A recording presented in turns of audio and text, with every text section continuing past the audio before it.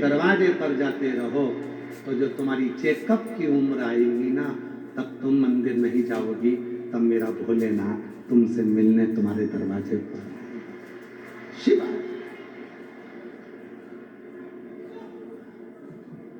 शिव के द्वार 3 चीजें हैं। आपको कल कथा में या परसों कथा में कहा था, पितृदोष, वास्तु दोष, काल सर्प दोष शिव जी को 1 लोटा जल चढ़ाने से समाप्त हो जाता है। पितृदोष भी समाप्त होता है, काल सर्प दोष भी समाप्त होता है और वास्तु दोष भी समाप्त होता है। और जब भी मंदिर जाते हो आप लोग, जम के बोलो जरा, जाते हो? पीछे बंडाल वाले 6ठे नंबर के जाते हो मंदिर? तो थोड़ी देर जब नंदी के पास बैठते हो ना, मंदिर में जल चढ़ाने के बाद जब नंदी के पास बैठते हो तो कहा करो उसको, बाबा अब मैं जा रहा हूं मंदिर से। एक कर्ज, एक क्लेश और एक कलंक, क्या क्या चीज है? जम के बोलो। पहले नंबर पर है कर्ज, दूसरे नंबर पर है क्लेश और तीसरे नंबर पर है कलंक। जब नंदी के पास बैठकर वापिस आओ, तब शिव जी के नंदी के पास बैठकर कहना कि मेरी जिंदगी में ना कभी कर्जा रहे, ना मेरे जीवन में कभी क्लेश रहे और ना कभी मेरे माथे पर कलंक रहे। इतनी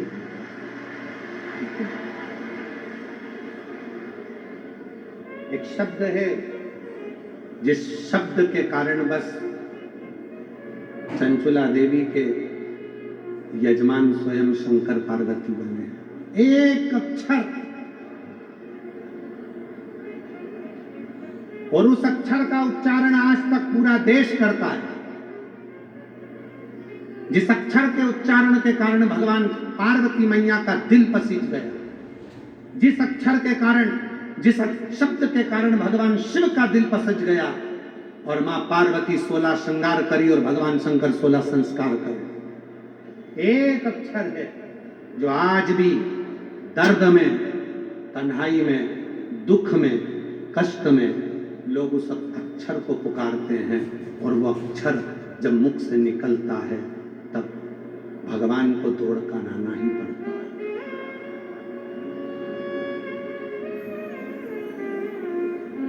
और वो अक्षर ओम के ही नाद से निकला हुआ एक अक्षर है, जो अक्षर छुपा हुआ है और प्रत्येक शिव भक्त को वो अक्षर ज्ञात होना चाहिए। वो अक्षर जिसको दर्द में, दुख में, तकलीफ में, कष्ट में जब व्यक्ति होता है तो उस अक्षर को कई लोग पुकारते हैं। वो ओम से निकला हुआ अक्षर है हे।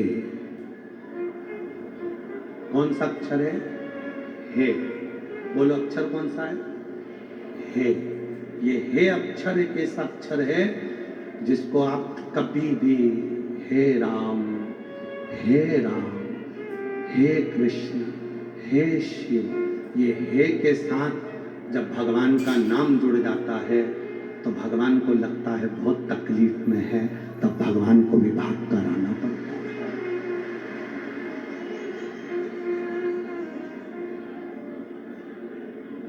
एक है ओम अक्षर से निकला हुआ वो अक्षर, वो शब्द जो दर्द दे जाता है, जो पीड़ा दे जाता है। और पीड़ा में भी आपने कईयों के मुख से सुना होगा, हे भगवान, हे भगवान, हे राम, हे भगवान। जब वो हे, आप महाभारत का वो पर्व, महाभारत का वो समय निकालिए जिस समय पर द्रौपदी का चीर खींचा जा रहा है।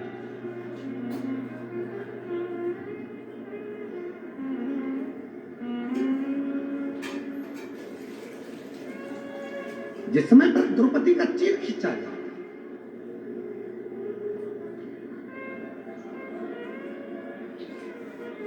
द्रौपदी के चीर को खींचा जा रहा है, जिस समय वो समय निकालो।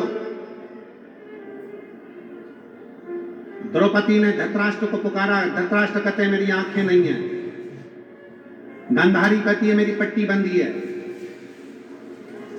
भीष्म पितामह कहते मैंने दुर्योधन के घर का अन्न खाया है, पांडव कहते हैं हम जुए में हार चुके हैं, और दुशासन चीर खींच रहा है। तब उस द्रौपदी के मुख से पहले तो भगवान को पुकारा, नाम लिया, नहीं आया।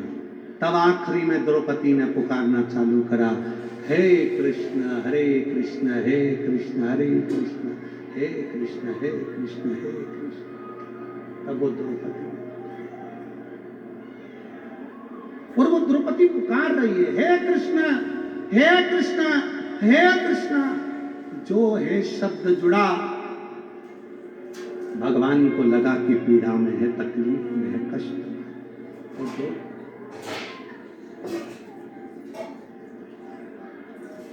दौड़ जैसे आप सब लोग पुकारते, अंत समय प्रभु, बोलो बोलो बोलो सब बोलो, अंत समय प्रभु वचन दिया,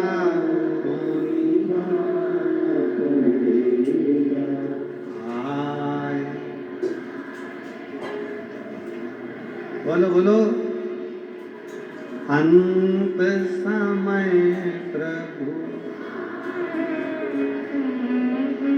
वचन दिया। एक शब्द आज शिव पुराण से सीख कर जाना, जब दुख है, जब तकलीफ है, जब कष्ट है, जब परेशानी है, तब पुकारना, हे शंकर, हे शंभु, हे शिव, हे करुणा सागर, हे त्रिकालदर्शी, हे कैलाशी, हे अविनाशी, हे शिव कृपा कर।